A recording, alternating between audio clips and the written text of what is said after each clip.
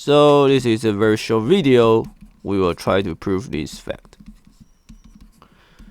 Okay, so there are various proving methods, but what I want to prove should be basically use the squeeze theorem. So so squeeze theorem tells you that suppose you have a function of g, f of x, g of x, and f of x larger than h of x, less than g of x. If x approach to some point, h of x and g of x will be c, then one can show that x goes to a, f of x should be c. So this is a squeeze theorem. Okay, so now what we can do is just proving this. So let me just draw a unit circle. Okay, yeah, sorry about it. So this is x, okay, and this is sine x, cosine x. Okay, so from this picture, what we have no, so let me just draw a lot. So for this one, this is 1, so this is tangent x. Okay, so from this picture, we know that suppose we compute the area of the arc. So the area of the arc will larger than a smaller triangle, and larger than a small but less than a larger triangle. So this is x. This is cosine x, sine x, and this is 1. Sorry, not this. So I should say sine x. Wait, well, this. Okay, so the first equality is that this sine x, this area should less than the arc, this area. Okay, so this is 1, right? So this is x. So this is area is x divided by 2.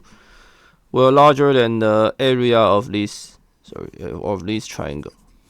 So this is 1, 1. This is x, right? So this is half sine x. This triangle. Let me just so it's this one. Okay, and also less than the larger triangle. So larger triangle is this.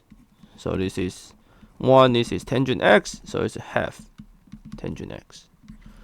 Okay, so what we have developed is this equality sine x less than tangent x. Okay. Okay, so what we can do? Okay, so what we can do now is that we can shuffle this equation. Should shuffle as sine x divided by x less than 1, and sine x divided by 1 cosine x. Okay. Okay, so the key point is that we have to compute this, right? So let's say the limit sine x goes to 0, sine x divided by x. Okay, so the reason is that the first thing is that we don't know. Actually, we don't know why this limit exists, right? So somehow, like if we written into this one, then somehow it's hard to prove something, right? But we can, if we divide by sine x by here, then we can have this, right? Okay, so we know that when limit x goes to 0, 1 over cosine x is 1, right? So that means limit x goes to 0, x divided by sine x is 1. Okay, so this shows that limit x goes to 0, sine x divided by x is 1. Okay, so this is squeeze theorem. So this way does not work, but if we divide by sine x, then it's okay.